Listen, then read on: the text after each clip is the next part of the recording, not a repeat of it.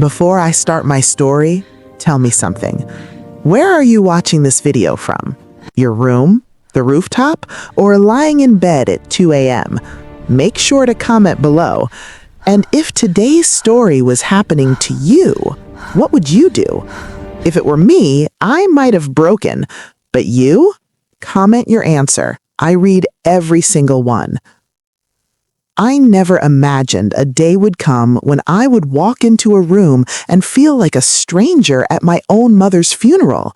Yet there I was, clutching the white roses I had brought, her favorite, while half the room pretended not to see me. The air smelled of lilies and cold perfume, but the silence around me felt heavier than grief. I kept telling myself I was strong enough to handle it, strong enough to be dignified, but nothing prepared me for what was waiting inside the hall. I stood at the doorway for a moment, staring at the crowd of distant relatives, cousins I had grown up with, neighbors who used to eat at our house every Thanksgiving, and people who had once watched me run around in pigtails.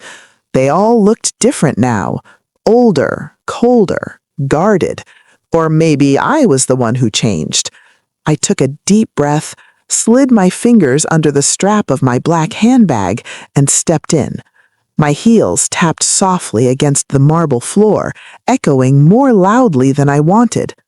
The moment I entered, a few heads turned, and then immediately turned away. One woman leaned to the other and whispered something. The other sighed and avoided my eyes. My throat tightened, but I forced myself to keep walking. I told myself it was grief, that people act strange at funerals, that maybe they were hurting too. But deep down, a part of me already knew something was off. I approached the front where the chairs were arranged. Usually, immediate family sits in the first row, always. It's a universal rule. Yet when I reached the row, my seat tag wasn't there. Instead, taped neatly on the first 3 chairs were the names of my 2 sisters, Lily and Hannah, and then beside them, an empty seat reserved for my aunt. I blinked twice, thinking maybe I was reading wrong, but no, my name was nowhere. I looked down the rows, scanning for any sign of Karen, and then, after walking nearly 7 rows back, I found it. My name on a small folded card placed behind a tall pillar and next to the water dispenser. It wasn't even on a real chair. It was one of those foldable middle ones used for overflow seating, a chair that wobbled when I touched it. A flush of heat spread across my face. My chest felt hollow, like all the air had been sucked out. I stared at the tag for a long time, trying to convince myself it was a mistake, that someone had mixed up the seating, that maybe there had been a last-minute change. But the truth whispered itself inside my mind. They did this on purpose. I sat down slowly, my fingers trembling as I placed the roses on my lap. People kept passing by, some glancing at me, others pretending I wasn't there. A few gave tight, uncomfortable smiles. One even nodded before walking away without saying a single word. The shame burned under my skin, mixing with confusion, anger, and heartbreak. Then I heard it. 2 seats ahead of me, behind the pillar, were 2 older women talking softly. At first, I thought they were discussing the service, but then my own name slipped into the conversation like a knife. "She shouldn't be here," one said. "Lily told me Karen made things difficult at the hospital. The mother didn't want to see her." My breath caught. "That's why they moved her seat," the other whispered. "It would ruin the day if she caused another scene. You know how emotional she gets." I froze. My fingers went numb, gripping the roses so tightly the stems bent. I never caused a scene. I was the one who stayed the longest at the hospital. I was the one who fed my mother soup when she couldn't lift her hands. I was the one who slept in the uncomfortable chair beside her bed for weeks when no one else came. But none of that mattered now, because someone close, had twisted the truth. The first woman spoke again. Honestly, I'm surprised they let her come at all. Hannah said their mom asked for only the two girls near her at the end. A deep sting spread through my chest. I shook my head slightly, trying to steady my breathing. That wasn't true. My mother had held my hand the night before she passed. She had whispered, "Karen, you were always the one who stayed." She even told me she was proud of me. So why would they lie? I lifted my eyes and looked toward the front where my sisters sat. Lily, dressed in a sleek black dress, kept her chin high, her expression unreadable. Hannah kept dabbing her eyes with a tissue she barely needed. They looked like perfect daughters, grieving daughters, the daughters everyone expected them to be. I swallowed hard. Memories flooded in, being the middle child, the quiet one, the one who chose responsibility over everything else. I remembered giving up my scholarship to stay home when Mom fell sick the first time. I remembered missing vacations, birthdays, dates. I remembered the nights when my sisters didn't answer calls, and I would sit on the bathroom floor crying because I didn't know what to do anymore. I remembered everything. But now, looking at them, it was clear they remembered something else, something they created. My vision blurred, not from tears, but from disbelief. I blinked hard and held myself still. I didn't want anyone to see me crumble, not here, not now. I lifted my chin and looked at the coffin in the front. My mother's photograph sat beside it, her smiling, wearing the lavender dress I bought her on her last birthday. I whispered under my breath, "Mom, I'm here. Even if they don't want me, I came for you." For a moment, the weight inside me eased, but then the worst came. A man in a black suit approached the podium. "Immediate family will now come forward for the farewell ritual." My stomach dropped. I watched as Lily and Hannah stood gracefully, their dresses swaying slightly as they walked to the front. They were joined by our aunt, our uncle, and then a cousin. I waited for someone to call my name. I waited for a gesture, a look, a nod. But nobody turned. Nobody called me forward. Nobody acknowledged that I was part of the family. I rose halfway from my chair, hoping maybe someone had forgotten. But before I could move toward the aisle, a young volunteer gently stepped in front of me and said softly, "Ma'am, the immediate family has already been called. Could you please wait until they finish?" Something inside me cracked. Not loud, not visible, just a silent fracture deep in my chest. I nodded slowly and sank back into the chair, my knees shaking. The roses slipped slightly from my lap, and for the first time that day, a tear slid down my cheek. As they gathered at the front, my sisters, my relatives, my mother's farewell happened without me. They touched the coffin, whispered their goodbyes, prayed together, and I sat alone behind a pillar watching the reflection of the moment I was excluded from. It wasn't grief that broke me, it was betrayal, a kind I never expected, a kind I never deserved. And as the service continued, I felt something shift inside me.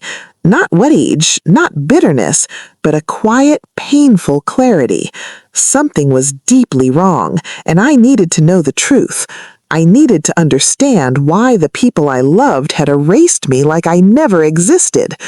But I also knew one thing with certainty. This was only the beginning. They thought they could hide everything. They thought I would stay silent. But they were wrong. I stayed in that shaky metal chair long after the farewell ritual had ended. People moved around me, whispering condolences to my sisters, offering hugs, touching their shoulders as if they were the only ones who had lost a mother. I watched everything from behind the pillar, like a shadow, like someone who accidentally walked in instead of someone who grew up in that very house, someone who spent years being the backbone of the family when no one else wanted to be. As the hall began to empty for the short break before the reception meal, I finally stood. My legs felt tight, unsteady, almost unfamiliar. The roses trembled in my hands. I wasn't sure whether to place them at the front now or wait. A part of me still clung to the hope that maybe someone would call me. Someone would remember I existed. But no one did. I walked slowly down the aisle, keeping my eyes on the floor, avoiding the stares I felt pressing against my back. When I reached the front, I gently placed the roses near my mother's photograph. Her smile stared back at me, warm and full, like she was reminding me of better days, days when she held my face between her hands and said, "Karen, you take care of everyone. Who takes care of you?" I used to laugh whenever she asked that, but now, standing here, the question felt like a wound opening inside me. I whispered, "I miss you already," and stepped away before anyone could notice the tremor in my voice. As I turned, I saw my sisters standing near the exit, their heads close together as they whispered something. Hannah glanced in my direction for a split second, just long enough for me to see the irritation in her expression before looking away as if I wasn't worth acknowledging. Lily didn't look back at all. I tried to walk past them without attracting attention, but just as I reached the doorway, I heard my name again. "Karen can't sit with us. You know how she makes everything dramatic," Lily said with a sigh. "I swear she always turns things into a circus," Hannah replied. "Mom didn't want stress the last week, and Karen kept arguing with the doctors. It was embarrassing." I stopped breathing. That wasn't what happened. I had questioned the doctors because my mother's medication made her delirious. I had asked about her comfort. I had fought for her. That wasn't drama, it was love. It was responsibility. It was everything I had left. Before I could move, someone spoke behind them. "You both need to be careful," my aunt murmured. "If she finds out, it'll be ugly." Lily's voice lowered. "She won't. She always believes people. She's predictable." Predictable. Like a child. Like someone whose emotions were an inconvenience. Like someone easy to control. A coldness settled in my stomach. I stepped away quietly, my heartbeat loud in my ears, and walked outside into the cool California air. The sky was cloudy, soft gray, almost heavy with rain. A few guests stood near the smoking area, whispering, glancing at me, then turning away quickly. I recognized some of them, people who once used to ask me for help with babysitting, money, rides, favors. Now they acted like they'd forgotten my name. I leaned against the sidewall, rubbing my hands together to stop the shaking. I needed air. I needed distance. I needed anything that wasn't this suffocating cloud of lies. After a few minutes, I heard footsteps approaching. I straightened, expecting maybe my aunt or a cousin. Maybe someone had seen how isolated I looked and felt something. Pity, concern, anything. But instead, it was Mark, my mother's neighbor from 2 houses down. He was in his late 60s, a quiet man who always helped shovel snow in the winters. He held a cup of coffee and gave me a hesitant smile. "Karen, I'm sorry about your mother." I nodded softly. "Thank you." He hesitated before continuing. I thought you were sitting in the front. Didn't see you there." I forced a small smile. "They moved my seat." His eyebrows pulled together, confusion filling his face. "That doesn't seem right. You were with your mom more than anyone." A tremor in my chest eased just a little. At least one person remembered the truth. "It's fine," I said quietly, though my voice cracked at the end. He looked like he wanted to say more, but someone called him from the parking lot. He gave me a gentle nod before walking away, leaving me with the echo of his words. "You were with your mom more than anyone." Then why was I treated like the outsider? As I walked back towards the hall entrance, I heard another conversation, hushed voices coming from behind the floral arrangement. It was two cousins. I didn't intend to listen, but once again my name caught me like a hook. "Did you hear? Lily said Karen didn't visit much." "What? I thought she lived with her mom at the end." "She did, but apparently she made things worse. That's why the sisters handled everything after." My throat tightened. My vision blurred again. Another lie? Another needle under the skin? Another twist in the truth? Why? Why were they rewriting everything? What was the purpose? I stepped back. My shoulder accidentally brushed against the side table. One of the cousins turned, startled. For a moment, guilt flashed across her face, but she quickly masked it. "Oh, Karen," she said with a strained smile. "We were just talking about how strong the family has been." I nodded. "I can hear." Her cheeks flushed. Her friend nudged her gently. "We didn't mean anything by it." But they had. Everyone did.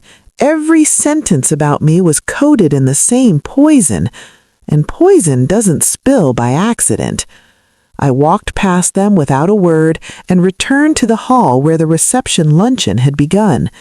People were forming a line for food: macaroni, grilled chicken, small sandwiches, salad bowls.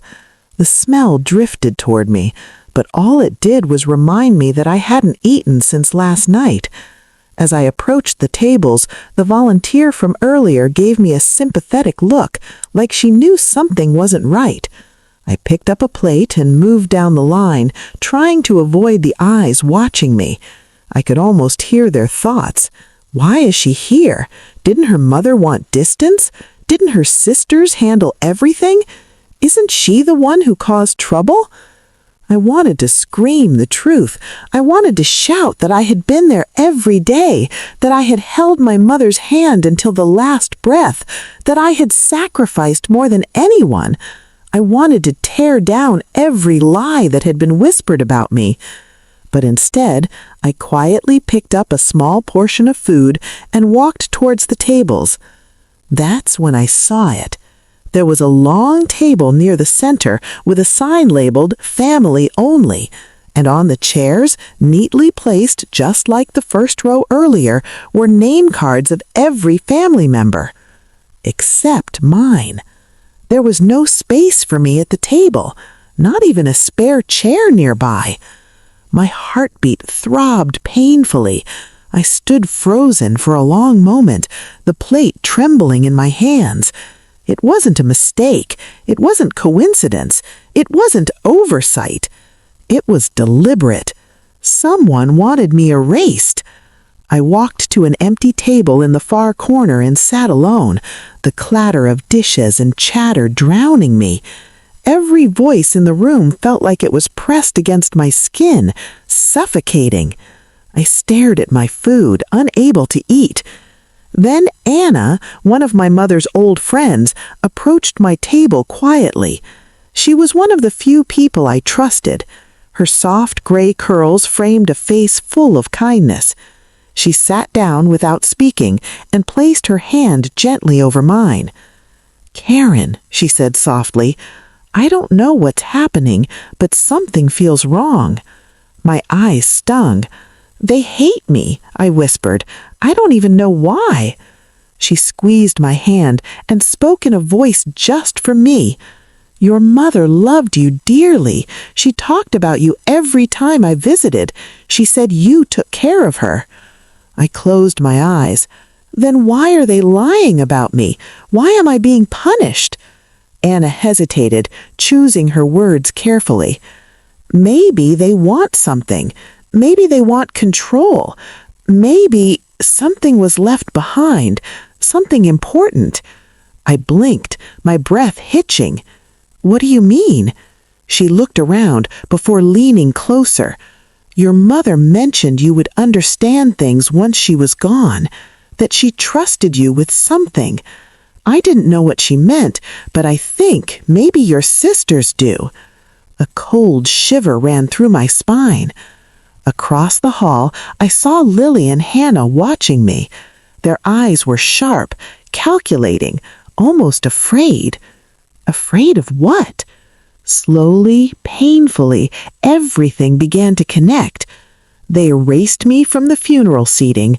They rewrote my role in my mother's final days. They whispered lies around the room. They isolated me. I didn't stay for dessert. The moment the clatter began and people started moving from table to table, pretending to check on everyone, I felt my chest tighten again. I knew what would happen. Someone would approach, fake concern dripping from their voice, then slip in a poisoned sentence about how families should stick together, all while glancing over at my sisters to report it back later. So I slipped out quietly, stepping into the hallway where Mom's memorial photographs were displayed. The corridor was empty except for the sound of distant conversations.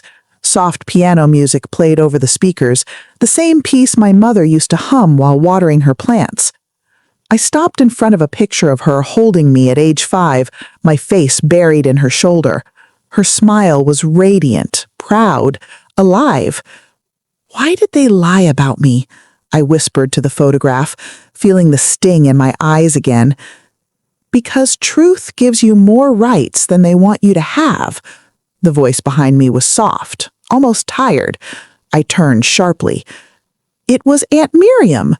She had aged sharply in the last few years, deep lines on her forehead, silver hair pulled into a bun, glasses resting halfway down her nose. She was the only sister my mother ever trusted more than anyone else. Her expression today wasn't the warm one I always remembered. It was troubled, conflicted. I swallowed hard. What does that mean? She looked around to make sure no one was watching before she stepped closer. Karen, I don't have all the details, but your mother told me she left something behind, something she wanted you to have, something important. My heart began to pound. Like what? Her eyes flickered. I'm not sure, but whatever it is, your sisters don't want you to see it. A pulse of cold fear shot through my body. Did Mom say why? Aunt Miriam hesitated, then sighed. She said you were the only one who took care of her without expecting anything in return.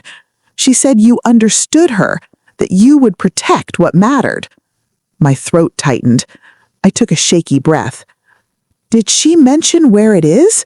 She opened her mouth to answer, but suddenly her eyes darted over my shoulder and her posture stiffened. I turned. Hannah and Lily were standing at the end of the corridor. Their expressions were carefully blank, but the tension in their shoulders? Unmistakable. Karen, Hannah said with a tight smile, we've been looking for you. The funeral director needs Mom's keys. Lily thought you might have taken them accidentally. My stomach twisted. No, I didn't. Lily stepped closer, her smile colder. Are you sure? Because the staff said someone went into the private room earlier. I frowned. I haven't been anywhere except the hall. They exchanged glances. Something silent passed between them, something sharp.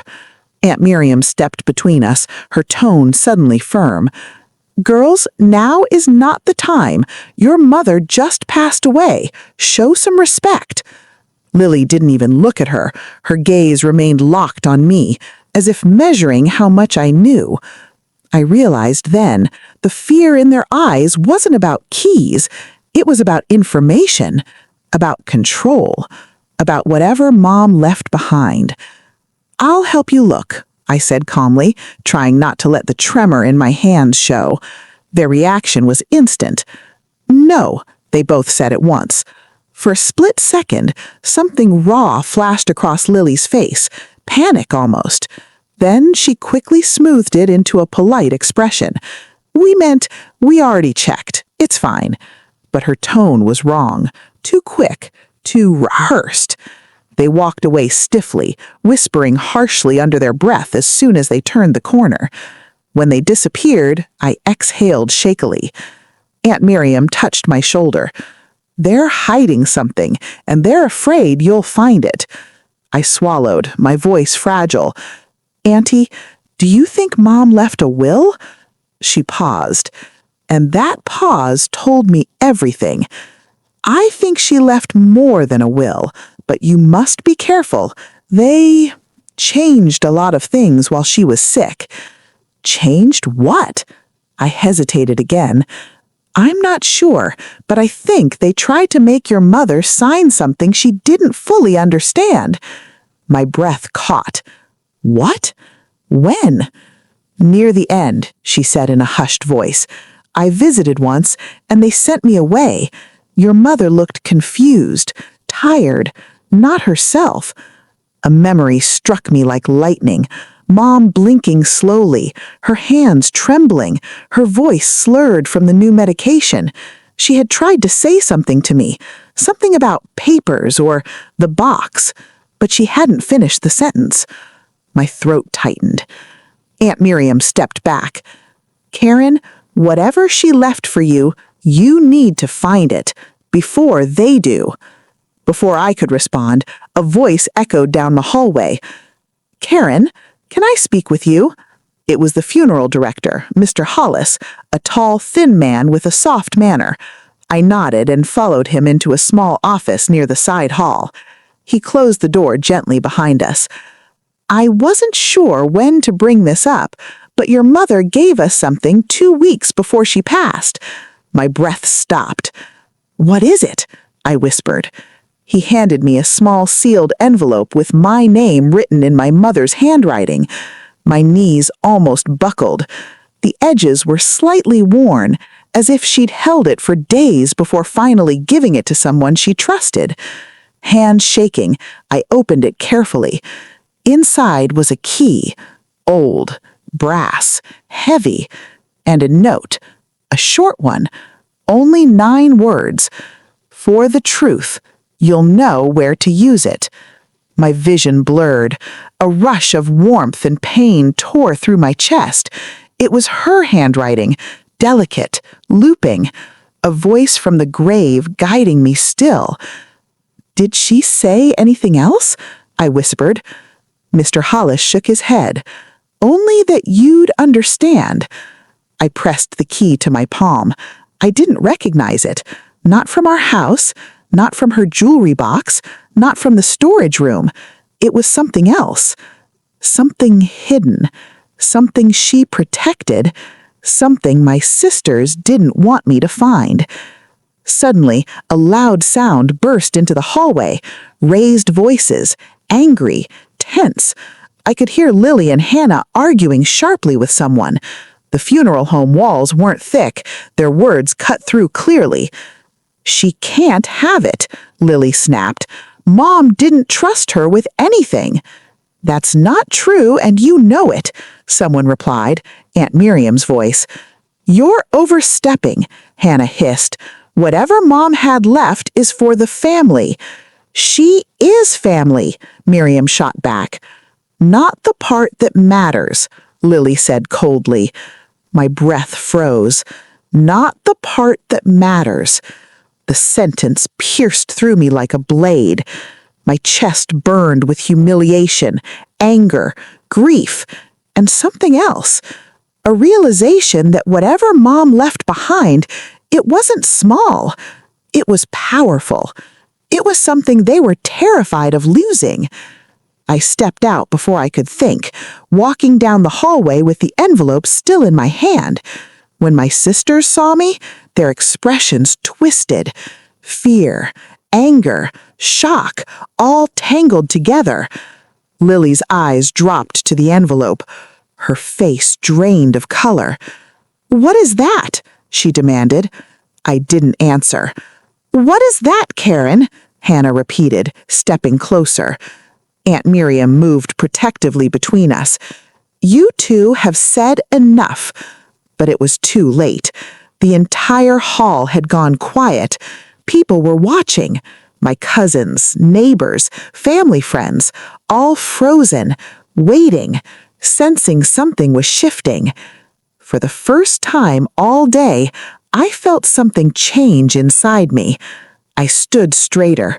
I looked both my sisters directly in the eyes. "You can't erase me," I said quietly, but the strength behind the words surprised even me. Lily's breath hitched. Hannah stepped back. I held the envelope tightly. Whatever this key unlocked, whatever truth it carried, it was mine. My mother trusted me with it, and no amount of lies or manipulation could change that. As I walked past them, their whispers followed me, sharp, frantic, fearful. For the first time all day, they were the ones who felt powerless. And I knew now with cold certainty, this wasn't just betrayal. This was war. And I was finally ready to uncover every hidden piece of the truth my mother left behind. The chapel smelled of old wood and fading lilies, a strange mixture of sorrow and silence. Karen had been standing beside the coffin for hours, her fingers trembling around the edge of the polished mahogany as she tried to understand the weight of the moment. A funeral was supposed to bring closure, a final goodbye, but for Karen, it felt like the beginning of something she couldn't name yet. A heaviness in her chest, a whisper in the back of her mind telling her that not everything about her husband's death, or his life, had been honest. People kept walking up to her, neighbors, distant relatives, colleagues of her husband, all giving the same mechanical condolences. He was a good man. He will be missed. He loved you so much, Karen. Karen nodded every time, but inside, her heart cracked a little more with each lie. Because if he loved her so much, why had she spent the last year feeling like a stranger in her own marriage? Why had he become so distant, so distracted, so impossibly unavailable? She had blamed stress, work pressure, midlife crisis, anything but betrayal. Because betrayal felt too ugly, too cruel, too impossible for the man she had spent 15 years with. But today, something felt wrong, wrong enough to make her skin crawl. The ceremony began. Soft organ music filled the room, but it didn't calm her. If anything, it sharpened the unnatural stillness around her. Karen looked at his face, pale, peaceful, almost relieved, as if death had freed him from a truth he couldn't carry anymore. Her throat tightened. That's when she saw her. A woman, tall, dressed completely in black, standing at the very back of the chapel. Not sitting, not speaking, just standing. Her veil covered her face entirely, but Karen could feel the intensity of the woman's gaze. Every few minutes, the woman's hand rose to her chest, as if suppressing a sob she didn't want others to hear. The posture wasn't of a distant friend or a casual acquaintance. It was the posture of someone grieving deeply, someone close, too close. Karen narrowed her eyes. She knew most of the faces in the room, but this one? She had never seen her before, and something in her eyes, something in the way she trembled, felt wrong. The pastor continued with the prayers, speaking about forgiveness, unity, love, memories, and heaven, but Karen couldn't hear a word. Her eyes kept drifting toward the mysterious woman, every single time. And every time the woman's head lowered, as if afraid of being recognized. Karen tried to focus. She tried to be the grieving widow everyone expected her to be. She tried to force herself to cry. But instead of tears, she felt anger simmering under her ribs. Why was that woman watching her like that? Why did her husband look so peaceful in death when his last months had been full of secrets? Why did Karen feel like she wasn't burying just a man, but the truth? Halfway through the ceremony, Karen's best friend, Lisa, touched her arm gently. "Are you okay?" Karen nodded stiffly. "Just tired." Lisa squeezed her hand. "I'm here." Karen tried to take comfort in that, but her gaze returned to the woman in black. At one point, the woman stepped slightly forward, Karen jolted, expecting the woman to approach her, say something, explain something. But the woman stopped suddenly, gripping the pew in front of her as if holding herself back. Karen's breath hitched. Fear? Guilt? Regret? Something was stopping her, and whatever it was felt like a secret ready to burst. After the prayer. When the pastor ended the ceremony, people slowly began moving out. Soft murmurs replaced the organ echo.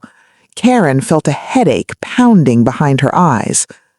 "Go outside for some air," Lisa urged. Karen nodded stiffly, but stayed near the coffin. She wasn't ready to say goodbye yet. Or maybe she wasn't ready to let go of her questions.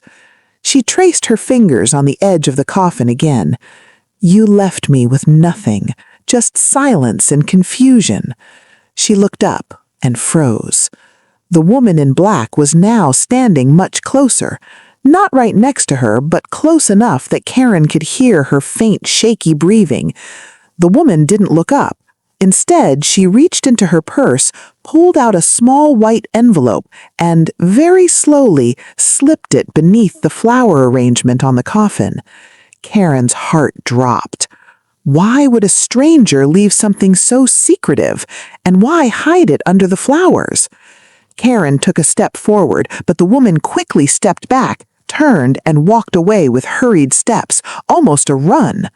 Her heels clicked on the chapel floor, echoing sharply. Karen's pulse raced. She rushed to the coffin and pulled the envelope out. Her fingers shook as she brought it closer to her chest. On the front of the envelope, written in her husband's handwriting, were the words, "For the truth you never told her." Karen felt her stomach twist. Her heartbeat thundered in her ears. She looked around. No one seemed to notice her panic. She walked to a quiet corner, away from the crowd, and opened the envelope. A single photograph, one that shattered her entire world in a heartbeat. Her husband, holding a newborn baby, smiling, a smile she hadn't seen in years. Standing beside him was the woman in black, her veil lifted in the picture, a soft, warm smile on her lips, a smile of love, a smile that belonged to someone who wasn't a stranger, a smile of someone who shared something Karen never knew. And at the back of the photograph, a message handwritten in messy, hurried ink. "He promised he would tell you. Now you deserve to know." Karen's knees gave out. She stumbled, catching herself against the wall. Her husband, the man she spent 15 years with, had a baby, a whole other life, a family, a secret big enough to destroy her, a betrayal deep enough to be buried with him. Except it wasn't buried anymore. Karen closed her eyes, a sob escaping her lips. Everything around her blurred. The voices, the footsteps, the whispers, everything faded into a hollow ringing. He lied, he cheated, he built a second life, and he expected to take that secret to the grave. But someone refused to let him. Karen looked at the photograph again. Her hands shook. Why now? Why at the funeral? What did the woman want? Did she hate him? Or did she love him too much? Karen felt something else written on the edge of the photograph, a small handwritten address, and beneath it, "If you want the whole truth, come." The room spun around her. More secrets? More lies? More betrayal?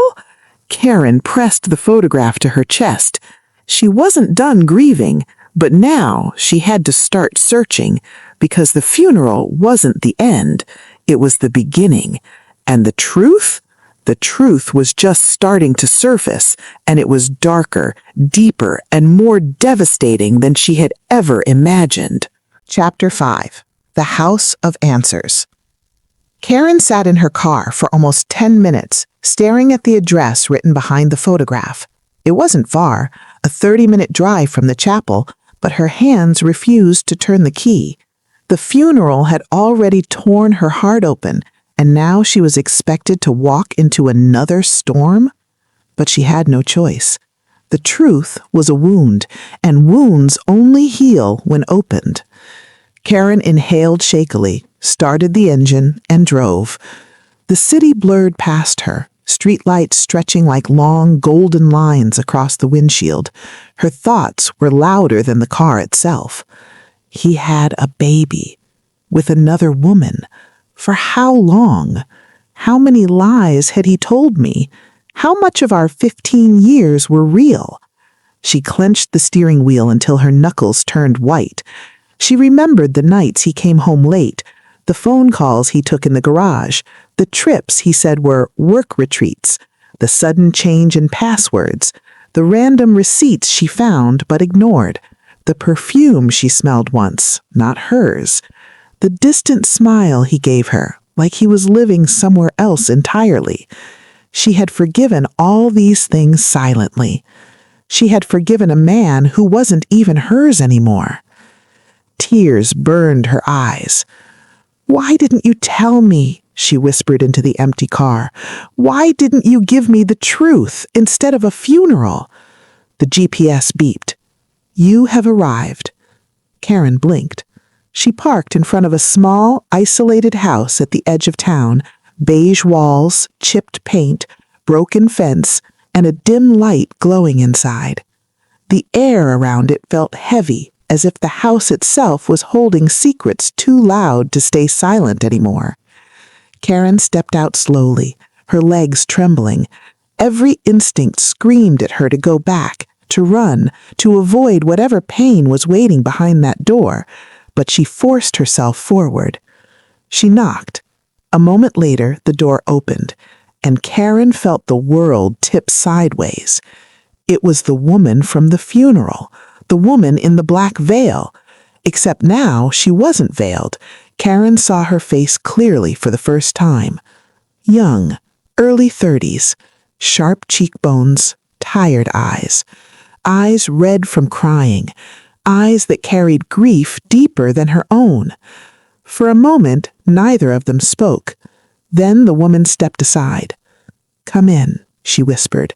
"You deserve to know everything." Karen walked inside, heart pounding. The house was small, too small for a secret as big as this. Toys were scattered on the floor. A tiny blue blanket lay folded on the couch. On a table stood a framed picture, the same baby she saw in the photograph, the same baby her husband held. Karen's throat tightened painfully. The woman turned toward her, fingers shaking. "My name is Emily." Karen didn't respond. Emily sighed. "I know this is impossible for you. I know you're angry. I know you hate me." Karen swallowed. "I don't hate you. I don't know you." Her voice cracked. "I hate him." Emily looked down, tears slipping down her cheeks. "I didn't bring you here to hurt you. I brought you here because he made promises. Promises he never fulfilled." Karen's chest tightened. "How long?" Emily's voice broke. 3 years. Karen's breath left her body. 3 years. 3 years of deception. 3 years of lies. 3 years of him loving someone else while pretending to love her. Karen clenched the steering wheel until her knuckles turned white.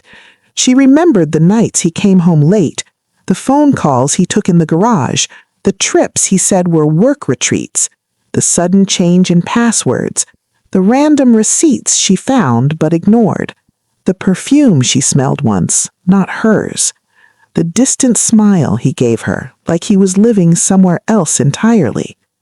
She had forgiven all these things silently. She had forgiven a man who wasn't even hers anymore. Tears burned her eyes. "Why didn't you tell me?" she whispered into the empty car.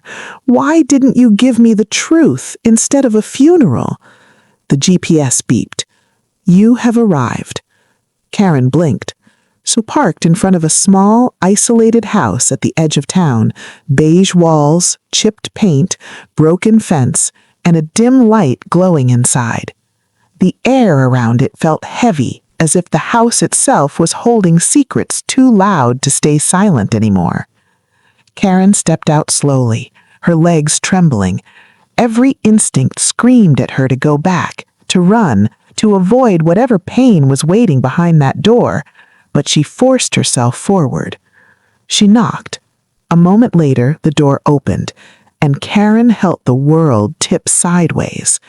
It was the woman from the funeral, the woman in the black veil. Except now she wasn't veiled. Karen saw her face clearly for the first time. Young, early 30s, sharp cheekbones, tired eyes red from crying, eyes that carried grief deeper than her own. For a moment, neither of them spoke. Then the woman stepped aside. "Come in," she whispered.